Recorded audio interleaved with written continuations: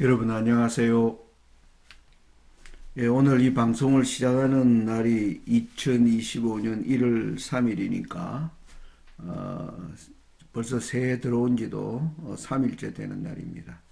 늦었지만은 제가 이 방송을 통해서 여러분들에게 새해 인사를 드립니다.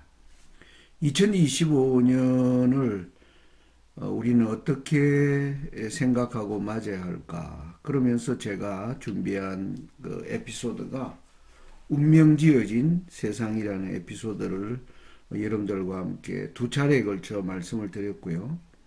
거기에서 우리가 지금 오늘 우리 시대의 의미를 성경적으로 우리가 어디서 잘 찾아낼 수 있는가 하는 것은 바로 요시야의 때에 하나님께서 주어진 열왕기나 역대의 기록, 그리고 또 요시야의 세움을 받은 선지자 하박국의 교훈을 통하여 우리가 이 지금 살아가는 이 세상이 결국 하나님의 율법을 떠나 살면서, 그리고 하나님이 보내주시는 여러 자비와 긍휼이 있는 경고에도 불구하고 우리의 욕망을 따라 계속 달려감으로 말미암아 이제 세상은 운명지어진 가운데 하나님의 진노를 바로 기다리는 바로 그런 때가 저는 2025년의 의미라고 여러분들에게 말씀을 드렸습니다. 이 요시야의 시대에 세움을 받은 선지자가 하박국이 있고요. 또 한 명의 선지자가 있습니다. 그 선지자는 바로 스바냐 선지자입니다. 스바냐 1장 1절과 2절에 보면 아몬의 아들 유다왕 요시야의 시대에 스바냐에게 임한 여호와의 말씀이라. 스바냐는 히스기야의 현손이요 아말의 정손이요 그달의 손자요 구시의 아들이었더라. 여호와께서 이르시되 내가 땅 위에서 모든 것을 진멸하리라. 스바냐는 자신의 신분에 대하여 히스기야의 4대손 조상들의 계보를 아주 자세하게 설명을 합니다. 그것은 이 스바냐의 신분이 얼마나 유다 백성에게 알려진 신분이라는 것을 아마 설명하는 내용인 것 같습니다. 그러면서 하나님께서 2절에서 바로 시작하는 게 뭐냐, 내가 땅 위에서 모든 것을 진멸을 하리라. 운명지어진 세상 위에 드디어 하나님의 진노가 나타나는 것을 알리는 내용이 스바냐서라고 할 수 있습니다. 여러분 2025년을 시작하면서 우리에게 가장 관심을 쫓는 것은 바로 이제 1월 20일 날 트럼프 대통령이 취임하면서 이 오늘날 전 세상의 어떤 뭐라 그럴까요? 세상의 흐름을 바꿀 수 있는 그러한 인물로 등장하고 있고, 이 인물의 등장 앞에 세계의 많은 알려진 인물들이 그를 아련하기 위하여 트럼프가 지금 거주하고 있는 마르라고에 찾아가는 모습입니다. 이 트럼프가 주는 이 충격은 가히 굉장히 여러분들이 우리가 그냥 생각하는 것 이상으로 굉장히 세상에 급변하는, 세상에 흘러가는 조류의 변화를 설명하는 사건이라고 말씀드릴 수가 있겠습니다. 그래서 오늘은 운명지어진 세상 세 번째 에피소드인데요. 제가 제목을 트럼피즘과 스바냐의 경고 이렇게 해서 스바냐의 주시는 말씀을 통해서 오늘 미국의 변화와 이 세상에 주는 교훈에 대하여 생각해 보고자 합니다. 스바냐 1장 아까 2절까지 읽었고요. 6절까지 3절부터 6절까지의 내용을 계속 읽어보겠습니다. 내가 사람과 짐승을 진멸하고 공중의 새와 바다의 고기와 거치게 하는 것과 악인들을 아울러 진멸할 것이라. 내가 사람을 지면에서 멸절하리라. 나 여호와의 말이니라. 내가 유다와 예루살렘 모든 거민 위에 손을 펴서 바알에 남아 있는 것을 그곳에서 멸절하며 그마림이란 이름과 및 그 제사장들을 아울러 멸절하며 무릇 지붕에서 하늘의 이를 성신에게 경배하는 자와 경배하며 여호와께 맹세하면서 말감을 가리켜 맹세하는 자와 여호와를 배반하고 쫓지 아니한 자와 여호와를 찾지도 아니하며 구하지도 아니한 자를 멸절하리라. 여러분, 이 스바냐에 시작하자마자 주어지는 이 말씀의 좀 뭐라 그럴까요? 무게라고 할까요? 여러분 보시면 3절까지는 세상에 하나님이 창조하신 뭐 짐승들, 바다의 어족들 모두를 하나님이 악인들과 함께 진멸하리라 하면서 4절부터는 이 인간에 있는 이 악의 모습들이 좀 구체적으로 나옵니다. 여기 보면 바알에 남아있는 것. 여러분, 하나님이 이 바알이라고 하는 신이 그들이 인간이 섬기는 신들이 얼마나 무익한 것인가를 엘리야 시대에 하나님이 보여주시고 북방 이스라엘과 남방 유다가 바알의 우상들을 이래 철거하는 일이 있었지만 여전히 남아있는 그 사상들이 백성들 가운데 쫙 퍼져 있고요. 여기 보면 또 그마림이나 이름의 이 제사장들, 바로 산당에서 이제 뭡니까? 이방의 신들에게 제사하는 제사장들입니다. 그리고 이를 성신에게 경배하는 자, 그리고 또 경배하며 여호와께 맹세하면서 하나님을 향하여 기도한다 하면서 말감을 가리켜 동시에 맹세하는 자. 말감은 이 에돔, 모압, 암몬 자손들 중에 이 뭡니까? 나라를 수호하는 신으로 섬기는 신들. 여러분 예레미야서나 이런 곳곳에 보면 이 신들의 이름이 간혹 이렇게 등장하는 것을 여러분들이 볼 수 있습니다. 6절에 보면 여호와를 배반하고 쫓지 아니한 자, 여호와를 찾지도 아니하며 구하지도 아니한 자. 여기 이 내용에 보편적으로 나오는 게 뭐냐 하면 하나님을 믿는다고 하는 자들입니다. 하나님을 믿는 자들인데 그들의 신앙이 뭐예요? 이방의 사상과 혼합되어 있는 혼합주의를 얘기하는 거예요. 그러니까 이름은 하나님을 부르는데 내용은 들여다보면 뭐예요? 결국 우상숭배입니다. 이 우상숭배의 오늘날 가장 트럼프 현상에서 가장 보여주는 게 뭡니까? 바로 국가를 우상화하는 것입니다. 여러분, 우리는 계시록 13장에서 짐승의 우상을 세운다. 짐승이 뭡니까? 바로 권세를 상징합니다. 그것을 뭡니까? 우상화한다는 것이죠. 국가를 우상화하는 이 사람들은 뭡니까? 여기에서 자기의 개인의 뭡니까? 욕망이 깔려 있습니다. 지금 우리 대한민국의 윤석열 대통령 탄핵을 두고 이제 더불어민주당과 국민의힘이 보여주는 이 모든 형태가 국민을 생각하는 게 아니라 그들의 이익, 국가라는 이름을 팔고 있지만 개인의 욕망을 이루려고 하는 사람들이 아주 집단화하여 지금 싸우는 양태를 보여주고 있습니다. 여러분, 이 스바냐서가 보여주는 정말 이 트럼피즘 현상을 여러분 우리가 크게 나타난 언론에 의해서 나타난 것으로 보면 크게 두 가지로 나눌 수 있습니다. 여러분이 아시겠지만 트럼프는 2017년부터 2020년 이 4년간 대통령을 통치할 때 그가 내세운 캐치프레이즈가 바로 America First입니다. 이게 뭡니까? 미국 우선 정책이다. 그게 무슨 말이냐면 미국이 세계라고 하는 공동체를 이끌어간다고 스스로 자부하다가 우리가 너무 힘들다.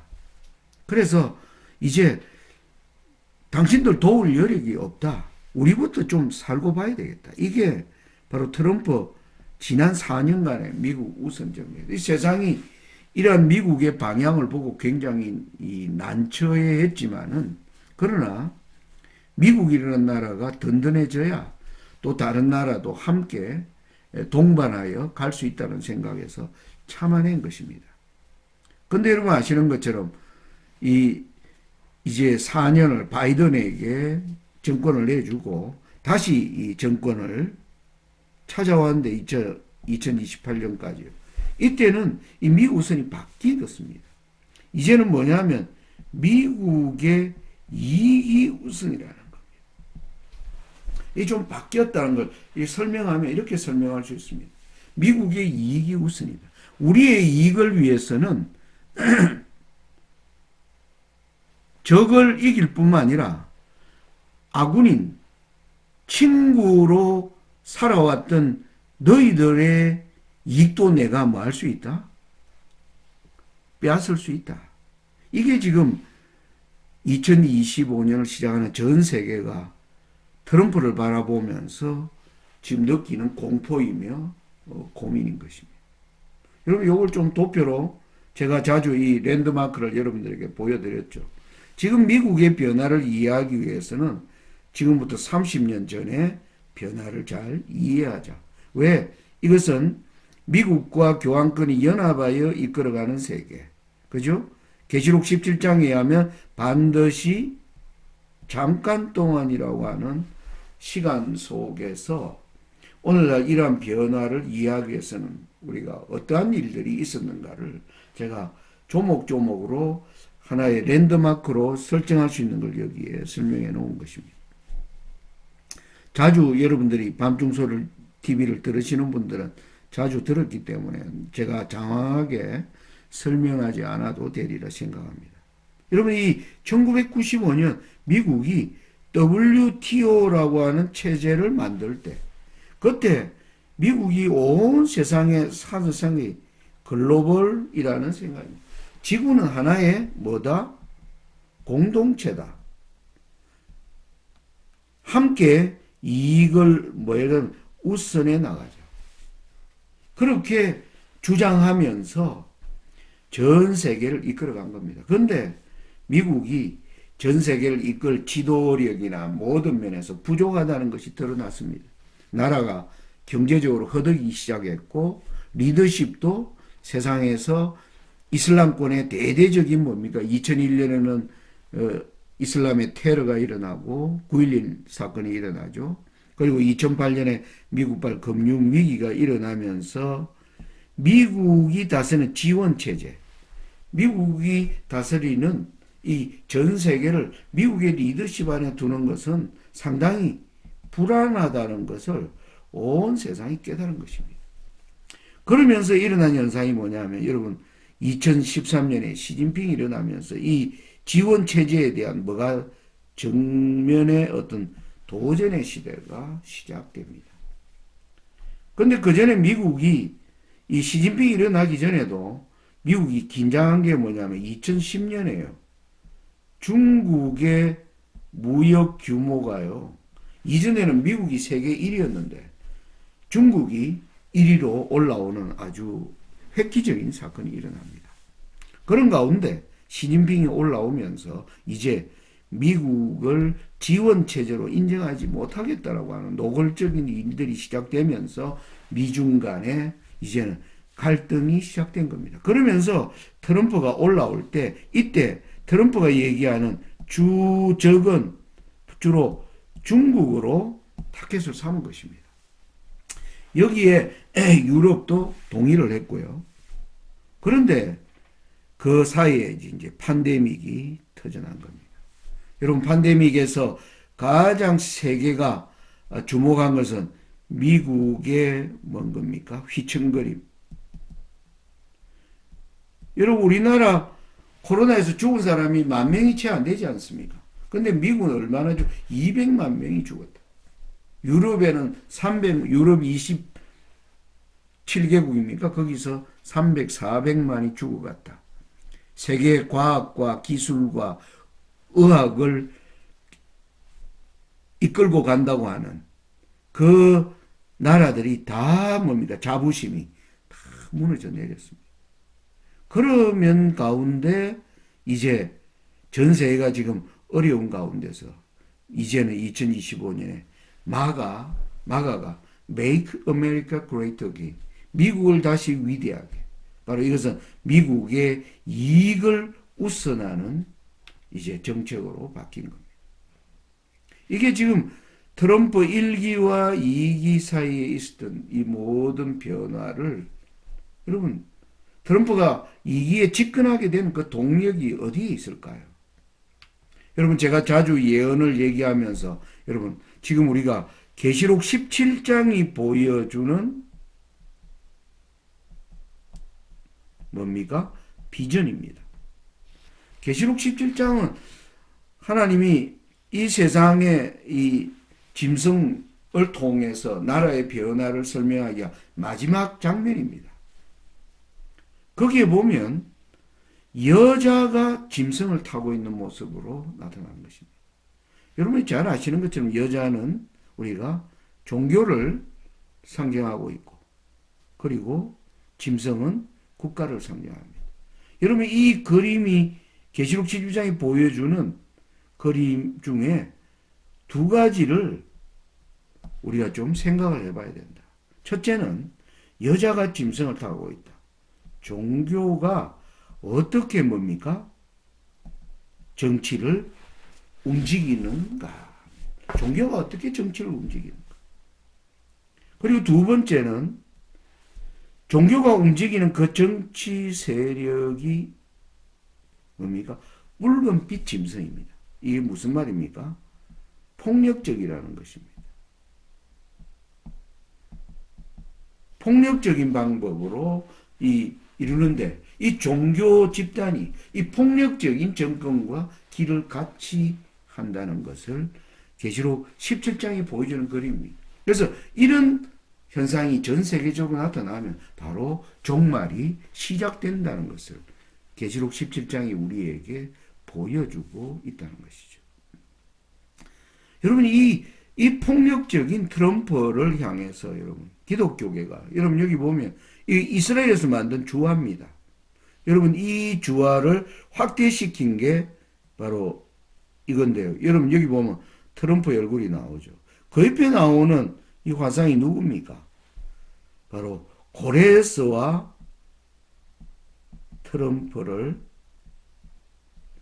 이제 합성화 시켜놨습니다. 여러분, 고레스가 누구입니까? 우리가 이사야서에 보면 하나님께서 그 고레스를 향하여 그는 나의 목자라. 이러면 고레스가 폭력적이었습니까? 고레스가 당시에 바벨론을 무너뜨렸습니다. 바벨론을 무너뜨리면서 바로 하나님의 백성들을, 포로로 잡고 있던 백성들을 풀어주는 놀라운 바로 동북에서 오는 사람이었습니다. 다니엘 11장 44절에 마지막에 외쳐지는 동북에서 오는 소문을 상징하는 이 고레스의 인물을 트럼프와 같이 합성해 놓은 것입니다. 이 폭력적인 정권이 어떻게 고레스의 이미지와 맞아진다는 거예요. 이스라엘 국가가 가지는 뭡니까? 이스라엘이 추구하는 이익이 누구와 맞다고요? 트럼프와 맞다는 겁니다. 아무튼 이러한 비이성적 행태가 일어나고 있는 것입니다. 여러분이 바로 예루살렘에 트럼프는 시온, 이스라엘의 극단주의자들이 얘기하는 시오니즘을 주장하는 그 트럼프는 미국을 다시 위대하게 할 것처럼 이스라엘을 위대하게 만들어줍니다. 온 길에 트럼프의 집권을 축하하는 현수막들이 달려지고 있습니다. 트럼프가 집권하자 아마 지금 이스라엘이 요즘 전쟁 치르는 양상을 보면 점점 폭력적으로 하는 걸 보게 됩니다. 여러분, 우리는 바로 작년부터 예루살렘을 주변에 있는 이 가자 지구에서 하마스와 이스라엘 간의 전쟁이 일어났고, 그것이 뭡니까? 남쪽으로는 푸티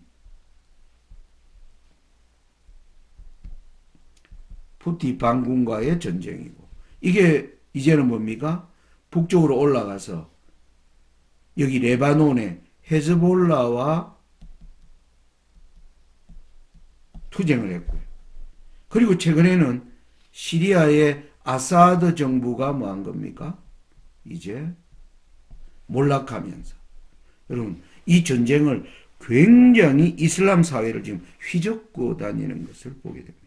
이 지도를 조금 확장하면 이렇습니다. 여러분, 이 시리아가 무너졌는데, 시리아는 바로 이란과 러시아와 그리고 레바논의 헤즈볼라의 이 거점에 해당하는 이 지역들을 지금 다 장악하는데, 이슬람 모든 국가가 잠잠한 것입니다. 옛날 같으면 들고 일어나죠. 그런데 뭐 하는 겁니까? 이미 트럼피즘 현상에 모두가 숨죽이고 있는 장면을 보게 됩니다. 트럼프가 2기로 당선되게 하는데 가장 큰 공헌을 준 자들이 누구입니까? 바로 기독교 복음주의자들입니다. 여러분 잘 알고 있습니다. 미국의 기독교 이 지도자들이, 이 트럼프가 미국을 가장 위대하게 할 대통령이라고 앞다퉈 뭡니까? 그를 축복하고 있는 장면. 근데 이 기독교도 고민이 있습니다. 트럼프가 워낙 도덕적으로요, 아주 흠이 많은 사람이라는 거. 재판을 걸려있는, 성추문으로 걸려있는 재판만 해도 아주 많은 재판들이 있고, 그 재판을 통해서 거짓과, 그리고 뭡니까? 자기가 바이든 정부를 출범할 때 지지자들을 선동하여 이제 의사당 난입한 이 모든 것들이 재판 중에 있는 아주 선동꾼이라는 것을 기독교 지도자들 잘 알고 있습니다. 그래서 그들이 만들어낸 트럼프를 이렇게 얘기합니다. 하나님의 완벽한 계획을 위한 불완전한 도구. 바로 도널드 트럼프. 이들이 왜 그들도 불완전하다고 흠결이 많은 사람을 지지하는 이유가 뭡니까? 여러분, 그들은 겉으로는 이렇게 얘기합니다. 동성연애 같은 거를 뭡니까? 지지하지 않는다. 그리고 인간의 생명을 존중하기 위하여 어린아이 낙태를 금지시킨다.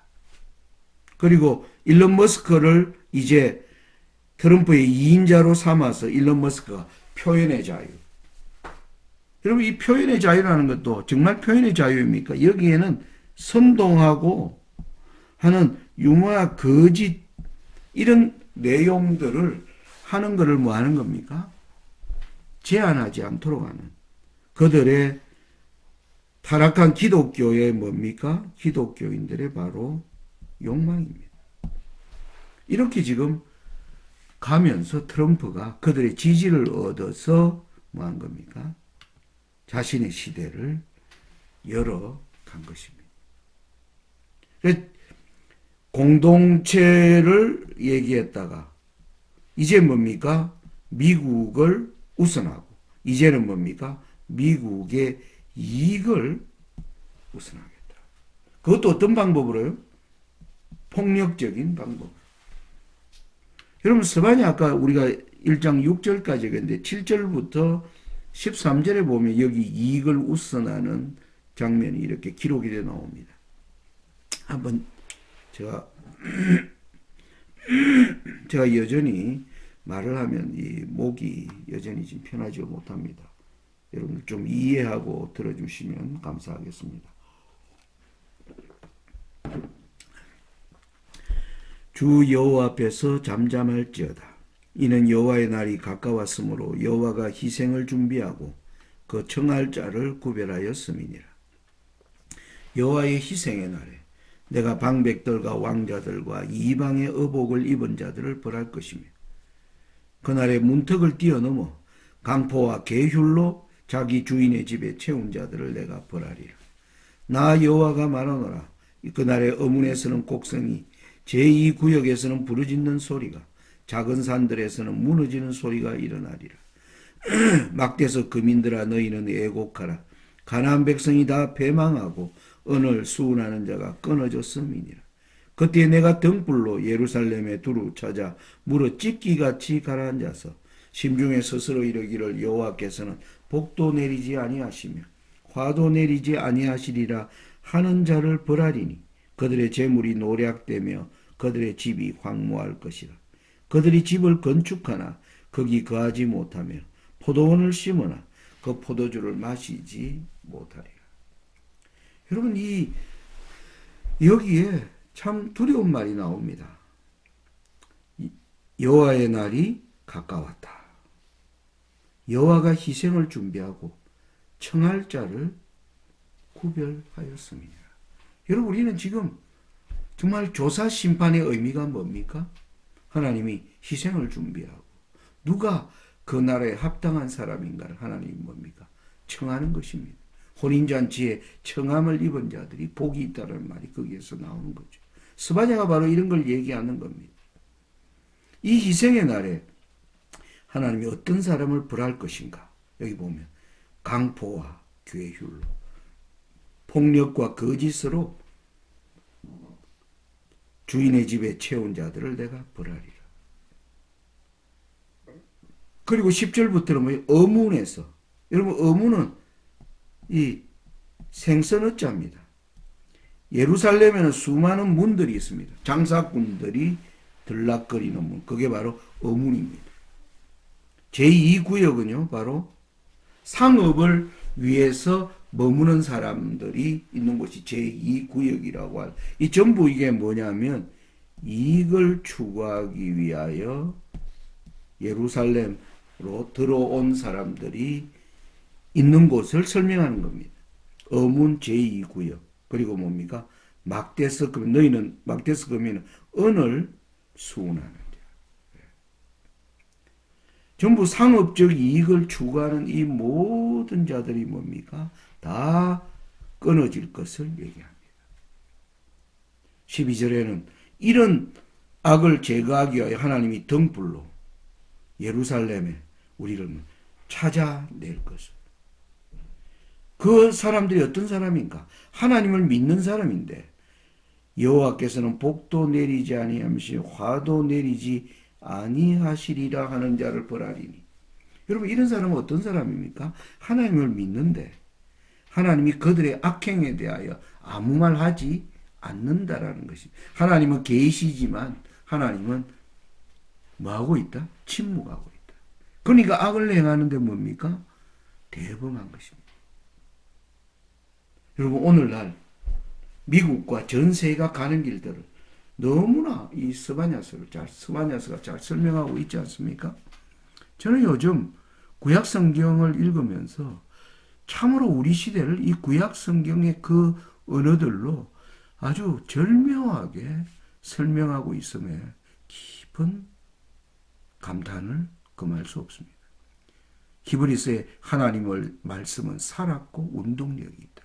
오늘날 우리 시대를 이렇게 조망해 주고 있다는 것입니다. 여러분, 이 트럼프가 이 이익우선 정책으로 이렇게 바뀐 그 배경을 보면요. 여러분, 코로나가 왔을 때, 여러분, 아까 미국이 그렇게 많은 사람이 죽고 막 허둥지둥하는 모습을 보았는데, 여러분, 아시아나 미국보다 발전하지 않은 이 아시아의 나라들은 코로나로 말미암아 그렇게 많은 사람이 죽지 않았습니다. 그런데 아시아는 그 당시 뭡니까? 마스크를, 우리나라도 여러분 마스크 문화가 발달해 있었습니다. 우리나라는 이미 황사나 이런 일들로 해서 마스크 쓰는 게 습관이 되어 있었고, 코로나가 오자 전 국민 마스크 착용을 했고, 그리고 또 마스크를 만드는 공장이 곳곳에 있었습니다. 중국도 그랬고. 그런데 미국이라는 나라는 이게 왔는데 마스크를 생산하는 공장이 그 미국 강활한 땅에 어디에도 없는 것입니다. 전부 어디다 싸구려 물건들은 마스크나 만들고 뭐 이런 것들은 좀 봉제 산업 이런 것들은 전부 뭡니까? 중국이나 저 동남아 가난한 나라에 전부 하는 사업으로 돼 있다 보니까 마스크를 구하기도 어려웠고 유럽이 똑같이 고통을 겪은 겁니다. 그 뒤에 아시아의 마스크 문화를 그들이 한때 조롱했지만은 뭡니까? 나중에 미국도 마스크 착용을 이제 이때 중국이나 한국에서 대량의 마스크를 수입하기 시작합니다. 이때 미국이 뭡니까? 제조업에 대하여 다시 생각하게 된 겁니다. 미국은 원래 제조업 국가입니다. 그런데 미국은 제조업을 다 뭡니까? 중국이나 아시아에 다 자기들은 첨단 기술 그리고 뭡니까? 금융 이것으로 세상을 지배하려고 했는데 이게 뭡니까? 코로나 앞에 속수무책으로 힘을 못 쓴 걸 봅니다. 여기서 제조업을 미국에 둬야 되겠다고 생각하는 거예요. 여러분 미국이라는 나라가 여러분 여기 시작될 때 보면 여러분 여기 지도를 놓고 보면 미국이라는 나라는 여기 대서양입니다. 여기는요 태평양입니다. 미국은 원래 이 거대한 바다에 하나의 고립된 큰 이거 섬이라고 할 수 없죠. 너무나 큰 땅이니까. 아무튼 그러나 미국의 추구하는 방향은 고립주의였습니다. 미국이 이렇게 전 세계를 지도할 수 있는 역량을 미국이 갖기를 원하지 않았습니다. 그런데 역사가 소련을 붕괴시키면서 교황권이 이것을 붕괴시키면서 네가 이것을 맡으라 하면서 이제 이걸 하면서 미국은 그런 자격이 없다는 것이 지금 온 세상에 드러난 겁니다. 여러분 미국이라는 나라가 강대국으로 올라올 때 보면 뭐였습니까? 미국에는 여러분 석유 산업이 발달했습니다. 여기에 유명한 바로 록펠러라고 하는 이 사람이 석유 산업을 주도했고 미국의 철강 산업을 여러분 잘 아는 카네기 이런 사람들이 미국의 제조업을 지탱하는 거대한 거부들이었습니다.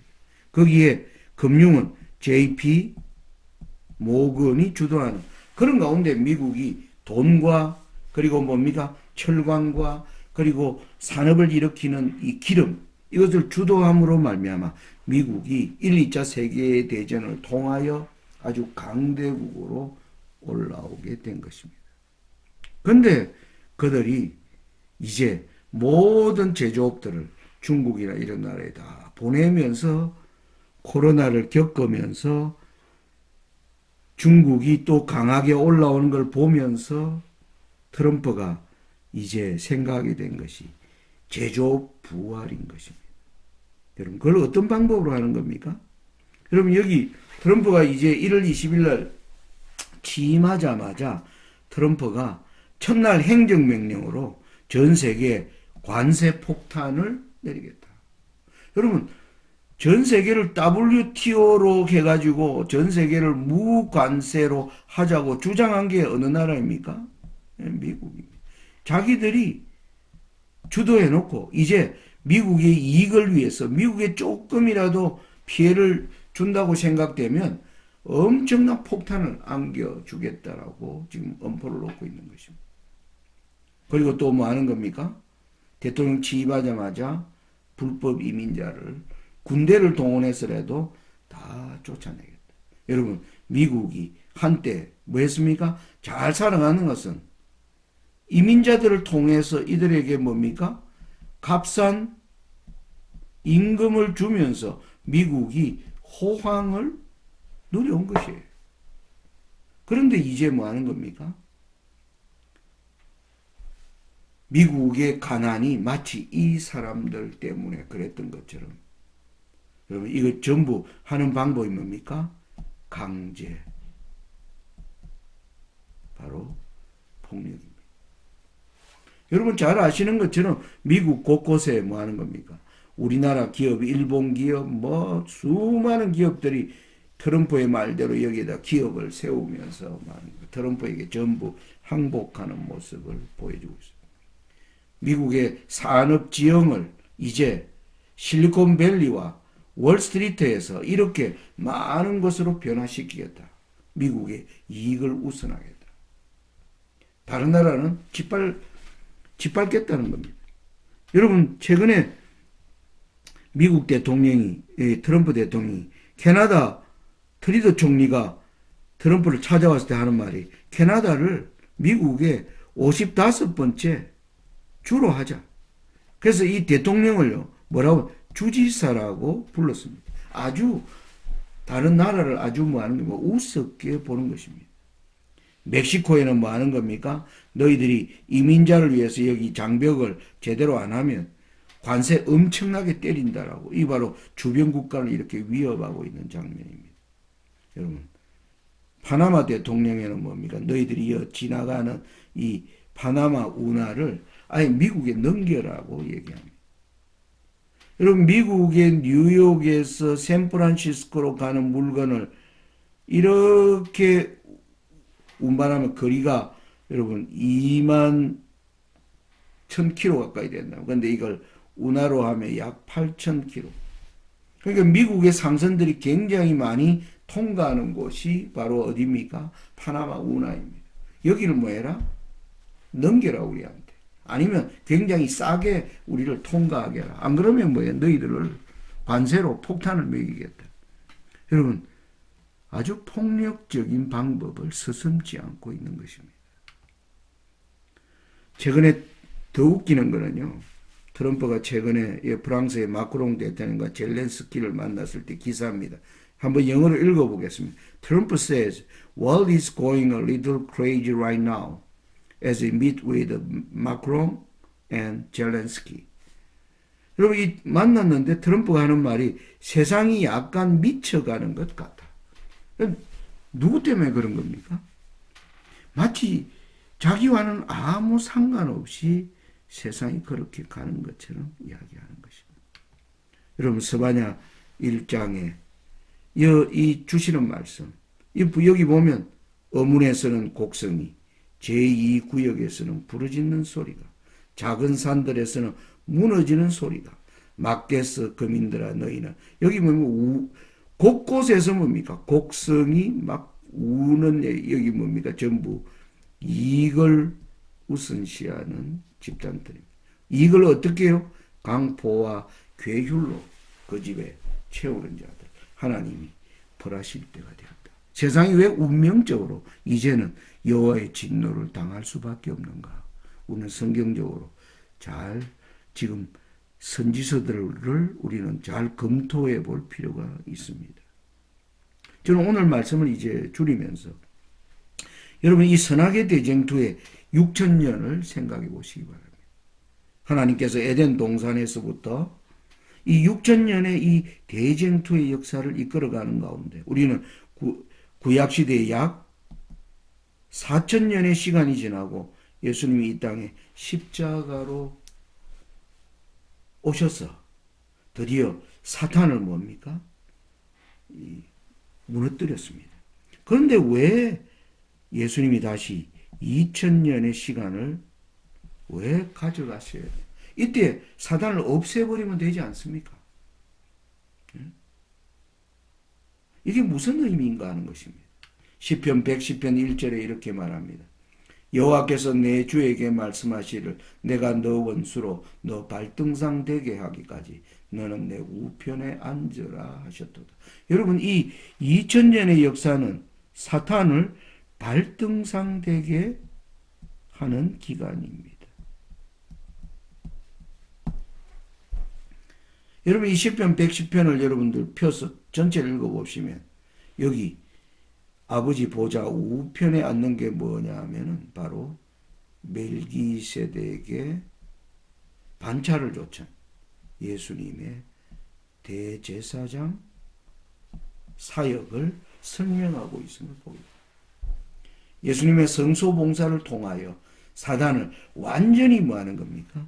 저와 여러분의 변화를 통하여 우리가 그리스도의 봉사를 통하여 그리스도의 품성으로 변화된 백성을 통하여 사단을 완전히 무너뜨려. 예수님 앞에는 무너졌지만 우리를 향해서는 여전히 기세가 등등한 사단을 하나님이 무너뜨리기 위한 이 기간의 클라이맥스에 우리가 지금 살고 있다고 하는 것입니다.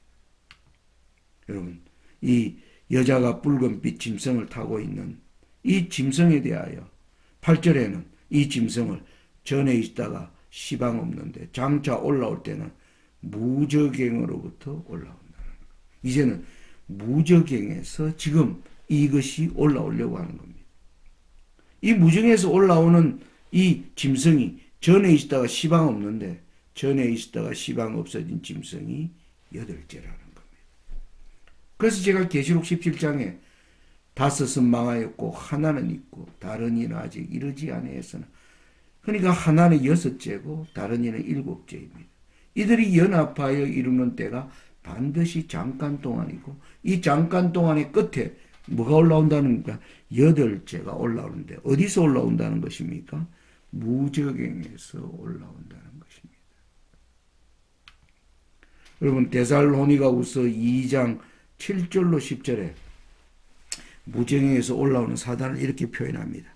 불법의 비밀이 이미 활동하였으나 지금 막는 자가 있어 그 중에서 옮길 때까지 하리라. 여러분 이 사단의 비밀이 이미 활동하였으나 하나님이 지금 뭐하고 있다? 막고 있다.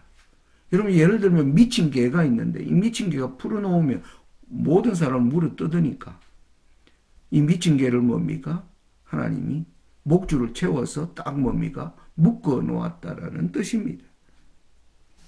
그런데 풀어줄 때가 있어요. 그때에 불법한 자가 나타나리니. 드디어 뭡니까? 이 지금 사단은 직접 활동하도록 하는 걸 하나님이 지금 뭐 하고 있습니까? 통제하고 있습니다. 왜냐하면 우리는 사단을 이길 힘도 능력도 전혀 없기 때문입니다.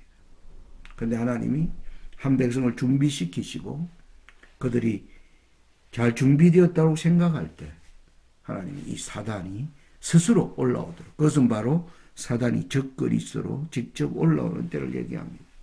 불법한 자가 나타나리.